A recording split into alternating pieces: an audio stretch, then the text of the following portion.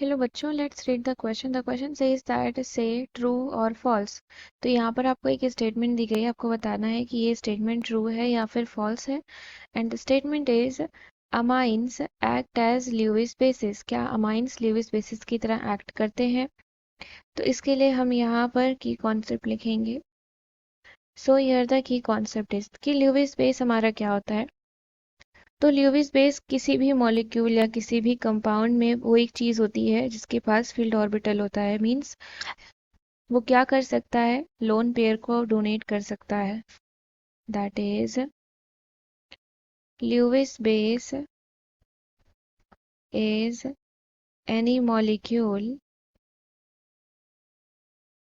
और compound that has filled orbital that has filled orbital which donates a pair of non-bonding electrons।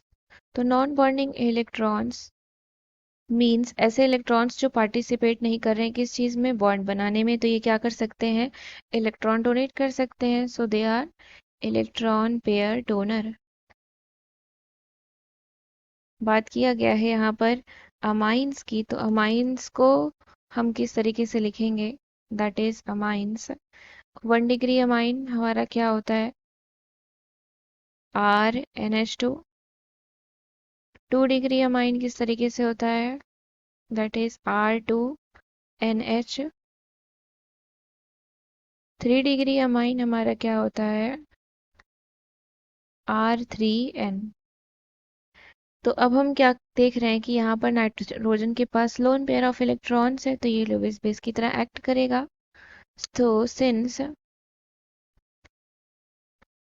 nitrogen has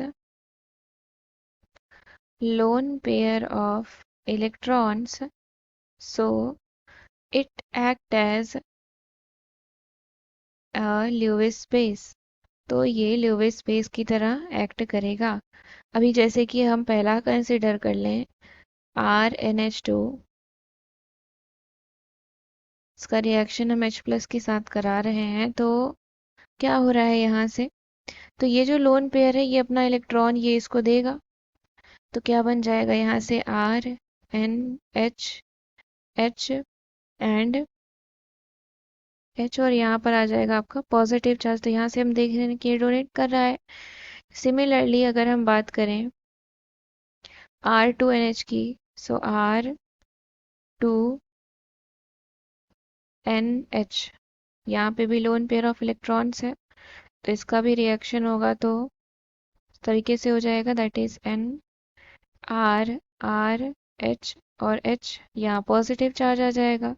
similarly अगर हम tertiary amine की बात करें, NR3 की plus H plus, तो यहाँ से हमारा बन जाएगा N पॉजिटिव, R और H। तो यहाँ से हम क्या देख रहे हैं कि ये ल्यूविस स्पेस है आपका। So here all this is Lewis space as it is donating electron. So the given statement is true। given statement is true। तो जो स्टेटमेंट दी गई आपकी क्या है, सही है।